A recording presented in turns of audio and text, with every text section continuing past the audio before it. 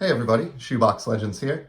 Thanks for joining me for what is the 90th episode in the brief history of this YouTube channel. And right when I launched the channel at the outset, I knew that in episode 90, there was a particular subject that I wanted to cover, and that is the 1990, fittingly, Topps release. This is the very first set that I ever collected as a kid, as a 7-year-old kid in the late winter, spring of 1990. These were the first packs I ever got my hands on. I remember tearing open the green wax wrappers, which they still used back then, and just the excitement and anticipation about who might be awaiting underneath. I was so young that I didn't know really anything about the game. I could tell kind of which players were stars or a big deal just based on their card, I guess, which in some cases aligned with reality, and in other cases resulted in me sort of really giving some status to some players that maybe hadn't earned that just because they had a cool looking card. So that's how I got started in this hobby over 30 years ago.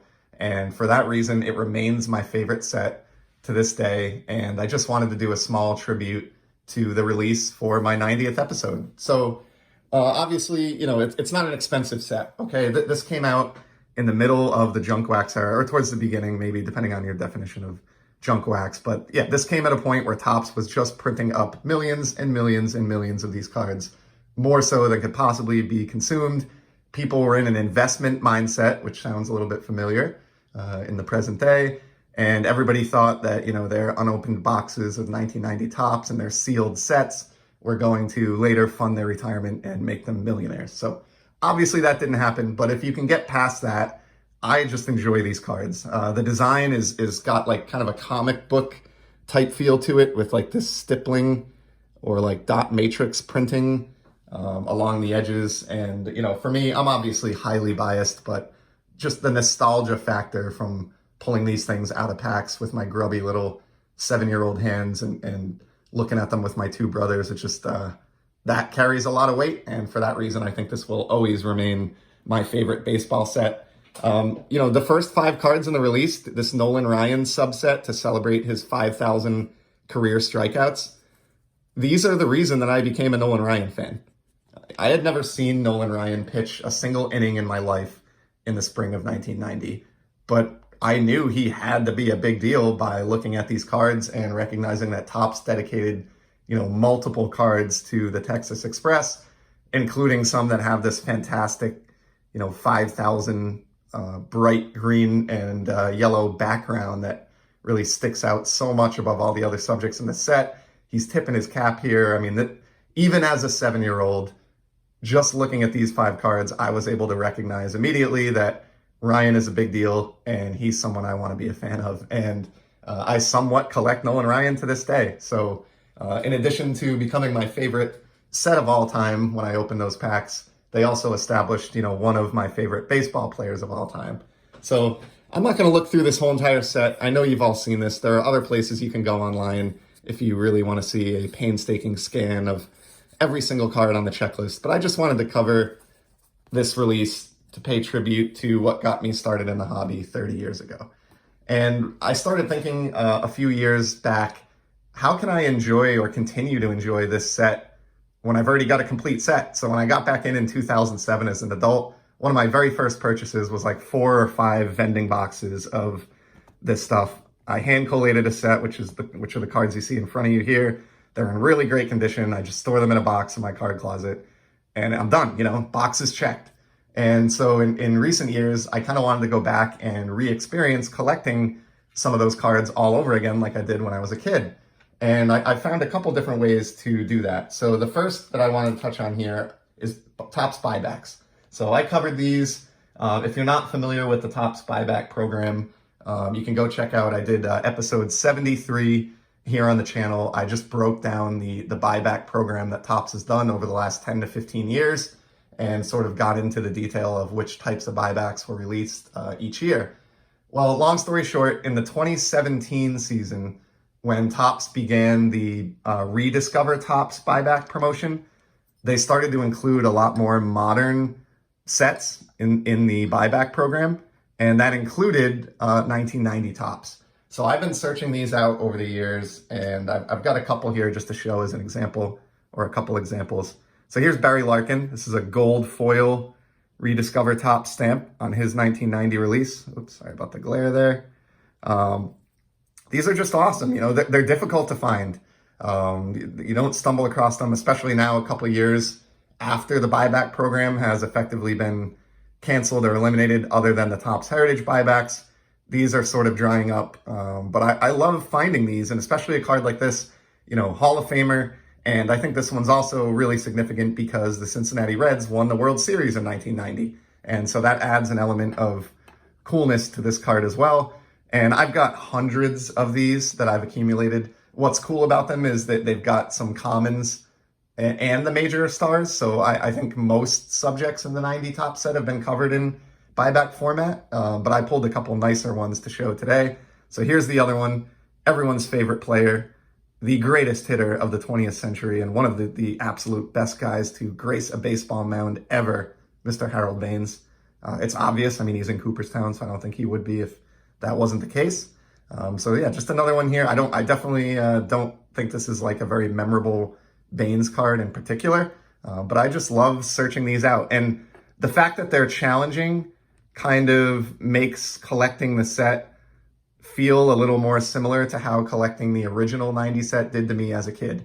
So, you know, when you're a kid, completing a set is a real endeavor. I'm opening packs, you know, maybe my dad has taken my brothers and I to the hobby store on a Saturday, and I'm rolling out of there with 3 or 4 packs of 90 tops. I'm opening those, I'm trading with my brothers, and so you maybe come out with 40 or 50 cards. And even if you do that a few weekends in a row, or, you know, my dad would bring home some packs after work sometimes to surprise us, it takes a long time to accumulate 792 cards. You may never see them all.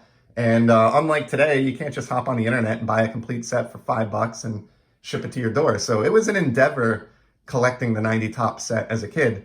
And by going after the set in buyback format, I sort of recapture that same feeling. These are hard to find. It doesn't matter how much money I have to throw at it. That's not the issue. And it doesn't matter in some cases how much patience or time I spend hunting.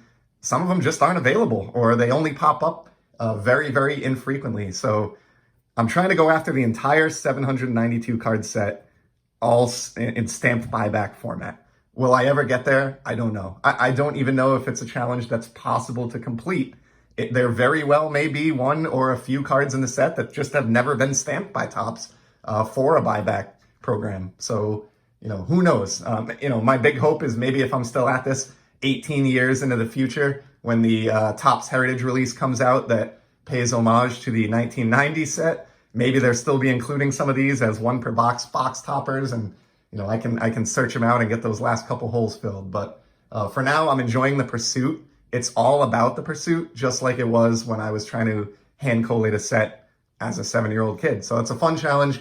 I've got all those buybacks in a binder, and at some point when I figure out how to shoot a binder a little bit better and share kind of a binder flip through experience, I will do a video where I kind of show you my progress and where I'm at with that dedicated 1990 buyback set. And the other way that I've been enjoying the 90 set all over again that I wanted to share a little bit about with you today is the Topps Archives Signature Series cards. Here's an example. This is a Bobby Valentine that I picked up maybe a year or 2 back. And for those of you who don't know, I think most of you are probably aware of this set. But if you're not, this is a sort of a weird release by Topps where it's a 1 card per box product.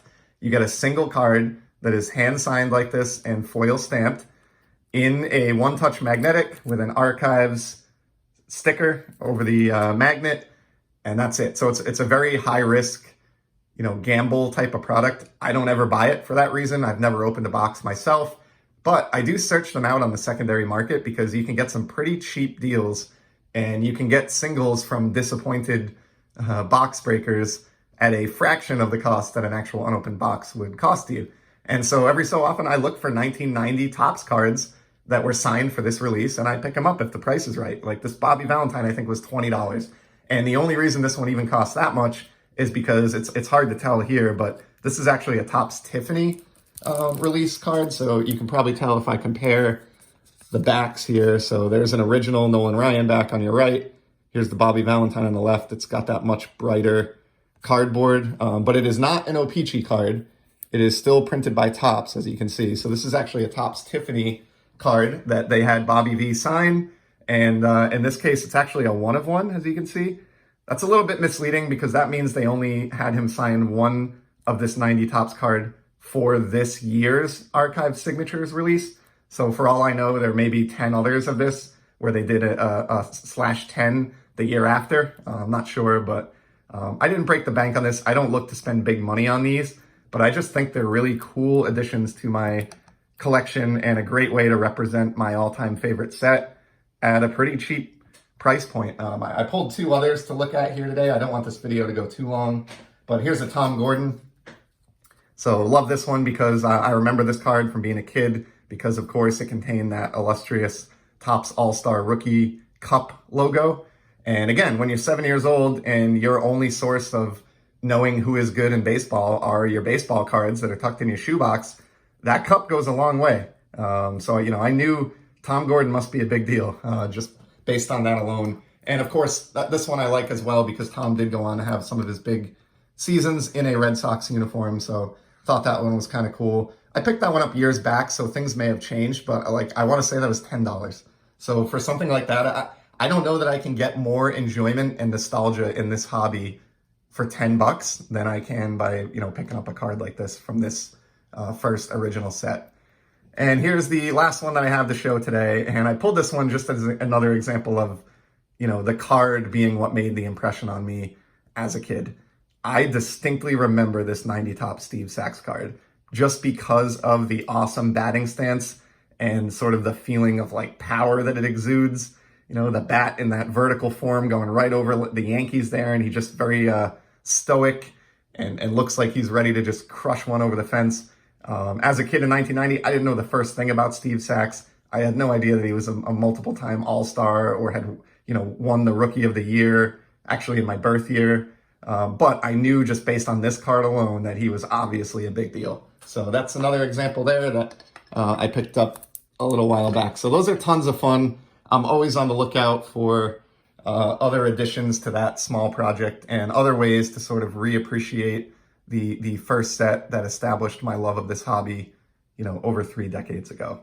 So that's all. I just wanted to share this with everybody. I know this set is hit or miss. A lot of folks just don't really like it, and I can understand that. Obviously, I'm very, very biased, so my opinion is swayed in the direction of this being a classic set, but I understand that absent those feelings of nostalgia, a lot of folks just don't enjoy this one that much. But wanted to share this as a tribute for episode number 90. Really appreciate it if you stuck with me through 13 minutes of babbling about my childhood baseball card love. And I will certainly be back soon with some more sports card content. Take care.